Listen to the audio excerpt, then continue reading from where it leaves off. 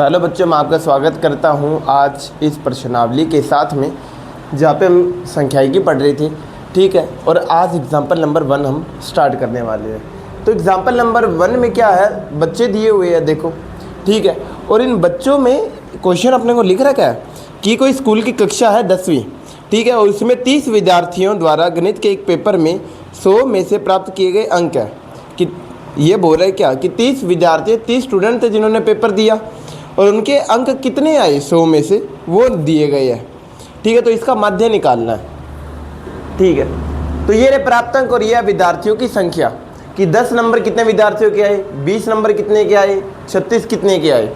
तो देखो, मैं बोल रहा हूँ कि 10 नंबर एक विद्यार्थी के आए हैं, तो ये कि आंकड़े एक्स ही होंगे, ये जो आपने इकट्ठे किए हैं, नंबर इतने इतने आए हैं। कितनों के आए हैं, ये होती है बारंबारता कि 10 नंबर कितनों के आए, तो आप बोलोगे मान लो कि एक बच्चे के आए। 36 नंबर कितने बच्चों के आए, 3 बार, यानी 36 कितनी बार रिपीट होया होगा, 3 बार रिपीट होया होगा 36। तो मैंने बोला था जो रिपीट होता है उसे बारंबारता कहते हैं, तो ये बारंबारता है और ये आपके आंकड़े हैं। तो देखो, जब आपको बारंबारता दे दे और आंकड़े दे दे, है तो ये देखो अवर्गीकृत डाटा है ना। इसे क्लास में मैंने थोड़ी डिफाइन कर रखा कि 56 से 60 के बीच में कितने बच्चों के नंबर आए, ऐसे नहीं कर रखा ना।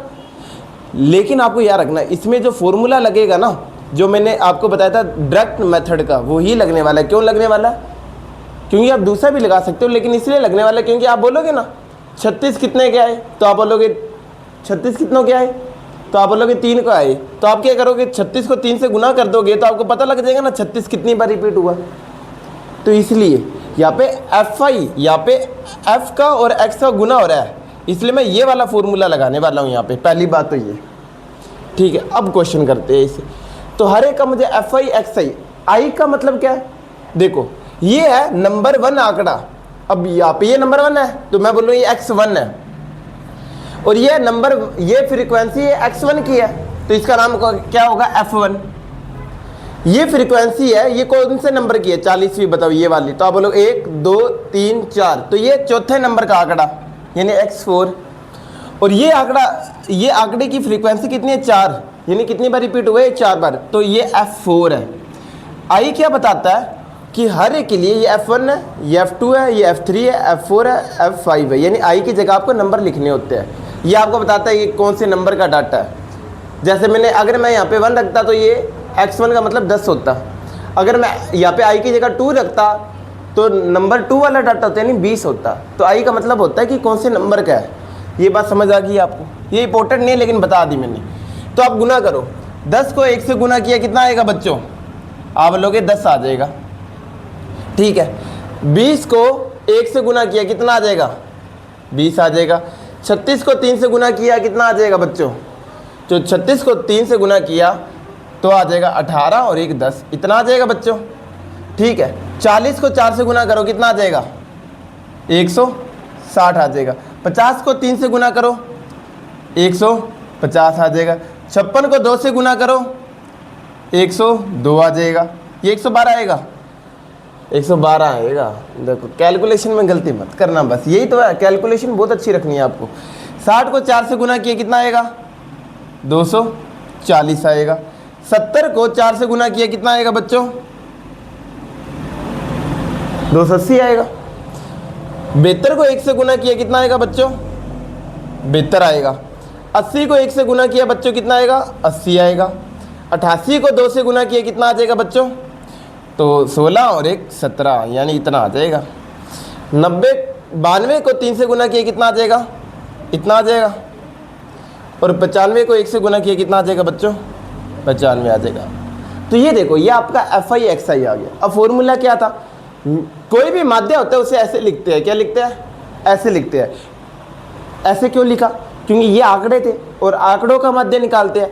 तो ये आंकड़े को X से लिखते हैं और माध्य को डंडी से लिखते हैं, तो इसे X से डंडी से लिखेंगे। ठीक है, बार कहते हैं इसे।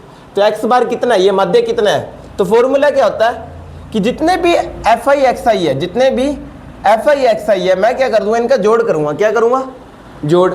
ठीक है, और जितने भी ये फ्रीक्वेंसी थे, जितनी बार ये रिपीट हो रहे थे, इनका भी क्या कर दूंगा, जोड़, और उसे क्या कर दूंगा, डिवाइड कर दूंगा। तो मेरा क्या आ जाएगा, आंसर आ जाएगा।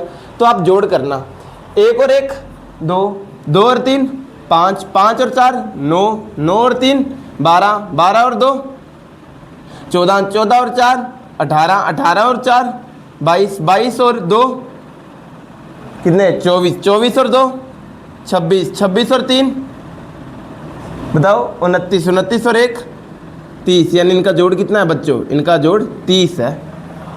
समझ आया?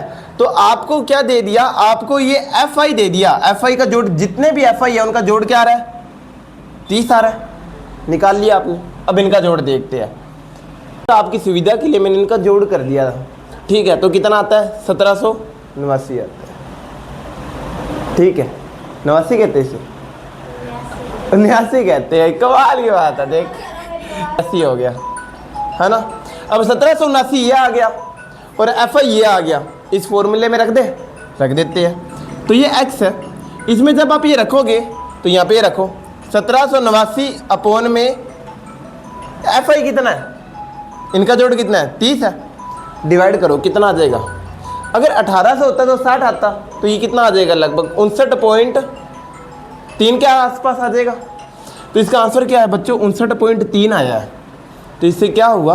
पता लगा कि ना, अगर मैं देखूं कि इन आंकड़ों में सबसे बीच का नंबर कौन सा है, ज़्यादातर कौन सा नंबर आना चाहता है, तो वो कौन सा नंबर आता है? यानी पूरी क्लास का देखूं एवरेज कितना है, तो वो कितना है? 59.3 है। ठीक है, यानी सभी बच्चों का जोड़ करूँ तो इतने के आसपास है नंबर। तो ये याद रखना। तो मैंने आपको बता दिया माध्य कैसे निकालना है। आप क्या करोगे? आपको डाटा दिया है, आपको FI दिया था, दोनों का गुना किया। ठीक है, गुना करने के बाद जो भी मेरे पास आएगा उसका मैं क्या कर दूंगा बच्चों? जोड़ कर दूंगा, और फॉर्मूला आपके पास ही है। अब मैंने ये फॉर्मूला क्यों लगाया? ये तो वर्गीकृत डाटा का था, तो मैंने आपको बता दिया कि याद रखना, भले ये वर्गीकृत डाटा ना हो या अवर्गीकृत हो, है ना, अच्छी तरह से बांटन आ गया हो इसे, लेकिन आपको ये ध्यान देना है, यहाँ पे क्या ध्यान देना है कि यहाँ पे क्या FI ऐसे दिया हुआ है 1 1 3 4, ऐसे नहीं दे रखा ना 36 की 36 3 बार है।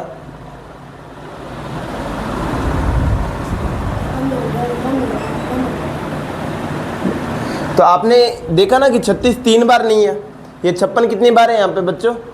तो यहाँ पे आपने देखा 56 2 बार है। यहाँ पे 2 बार 56 अलग करके नहीं लिखा। अगर मान लो 2 बार 56 आपको अलग अलग दिया था तो भी जोड़ करते। तो और यहाँ पे भी आपने क्या किया? एक तरीके से जोड़ किया ना। 2 बार 56 था, 56 को 56 से जोड़ो, या 56 को 2 से गुना करो, तो बात तो एक ही है। इसलिए यहाँ पे मुझे क्या वर्गीकृत डाटा वाला फॉर्मूला लगाना पड़ा। बस इतनी सी बात है, और आपको वर्गीकृत डाटा ही पढ़ना है ना। तो थैंक यू।